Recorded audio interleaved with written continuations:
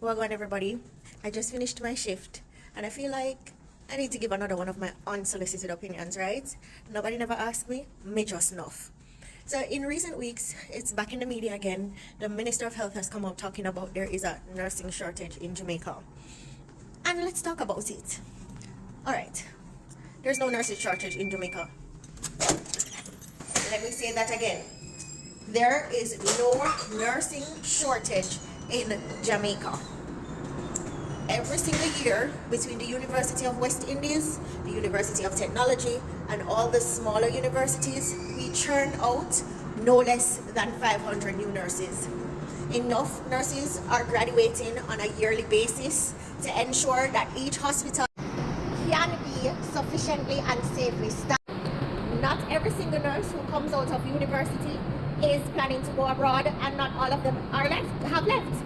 We literally see the nurses making it known that I am a Jamaican nurse living in Jamaica and I cannot get a job, right?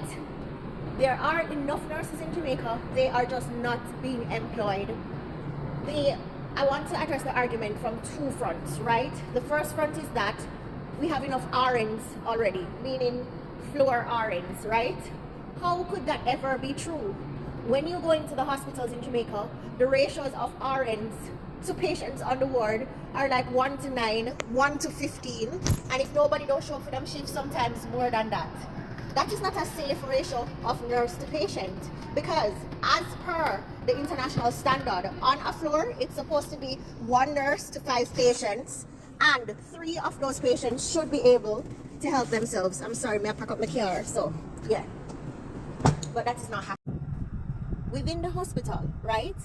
There are so many nurses who are being overburdened with all these extra patients. So how can you say that the department and the floors are adequately staffed if you have patients, more nurse to patient ratio, resulting in poor quality of care, unsafe practices to make sure that each patient gets some sort of care, and the resulting nursing burnout that occurs? Because to be honest with you, one of the biggest reasons why some of these nurses continue to practice in the conditions is because, for one, they know they can get a little bit of overtime because they need that money, because for all the work they do, they're not being paid correctly anyway. And for two, there is no one to help. Even with nurses having to take care of 9, 10, 11, 12 patients, there is no form of technology to even help them. There is no electronic charting, no higher lifts. You have to get one porter to help you move patients, nobody to help you to do anything, and the nurses and CNAs have to become everything for every patient. See? You have to wake them up, do them vitals. Who can feed, you have to feed, you have to bathe them, you have to medicate them, you have to make sure that them dressing change is done, make sure that them IV running, do all of what the doctor's orders ask you to do. And you are doing this for 15 patients on a floor, right? And then when the relative come 10 o'clock for visiting hours and realize say almost midday and them relative not bathed yet, them lash out upon the nurse, not understanding that she has so much to do and so little time. And you know what the end result of this is? The patients not only get poor care, but the care that they do get is so poorly documented. Sometimes it's incorrect, sometimes it's false, sometimes the nurse tired till she write all in the wrong patient notes. And yes, this has happened before. And it is like a whole cascading disaster waiting to happen. See? So this premise that they're coming with, that they have enough RNs and the floors are fully staffed within the hospital, yeah, them can cut that crap. See? The other part of the conversation now comes where they say that, we are short of specialist nurses. Every single new nurse that is fully trained and has graduated has gone through the process of working on each department that requires nursing care. What that means is that they've done a term in ICU, they've done a term in the OR, they've done terms in midwifery, in the psych unit, on the floors, every single emergency department, they have been through every single floor. So if you know that you don't have enough specialist trained nurses in these areas, why are these RNs not being employed and then deployed to these areas that are short to help with the shortfall? No nurse no come out of school being a buffoon where them don't know how to take vitals or give meds or identify when something is wrong with the patient. And not only would they be helping the RNs who are already there, they would be getting underground training. So when the time comes for them to go and actually get trained within the area, they are already 10 steps ahead, and you would have a new batch of very well-trained, well-knowledgeable nurses coming into the specialist roles.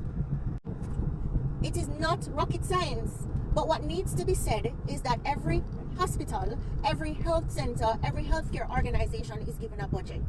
And if there's surplus left after the financial year, they get to keep it. If there's a shortfall, nobody makes it up. So a lot of these financial institutions are not going to risk employing somebody that they're going to have to pay insurance and all the added bitties and bobbies and incrementals that they have to give in addition to the pay, and end up in a shortfall when they can just overwork and overburden the nurses that they already have there. And then at the end of the financial year, you know, they are called efficient managers. Yeah, just call a spade and talk the truth.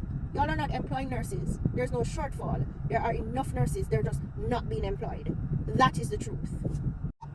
You also look at the fact that even when you train in an area that is a specialty area, even if you go out and spend your own money to do so, when you come back on the floor, number one, if you did it on your own, they may not even want you to put in the department where you're trained for, out of spite, because we all know a lot of older nurses are out here eating the young ones, whether they're young to nursing or young to a new specialty. It happens. So you can train in the ICU, but because them never send you, you do it of your own volition, you end up they stay up on the floor or in a one department where you cannot use your skills. That has happened. And number two, it's also that when you're supposed to get your new reclassification so you can move into a new level, a new pay grade, a higher class, it will not happen because they don't have enough, for want of a better word, spaces to put you in there. So for example, when I did my operating room program, I was supposed to move up to being a level 2 nurse, and there was just no room at my hospital for any more level 2 nurses. So I had to stay at a level 1. I did not get the incremental increase that a level 2 nurse would get. There was just nothing to it. I was just working in the OR as a normal nurse, even though I had my OR qualifications. So let's speak the truth and shame the devil. There is no nursing shortage.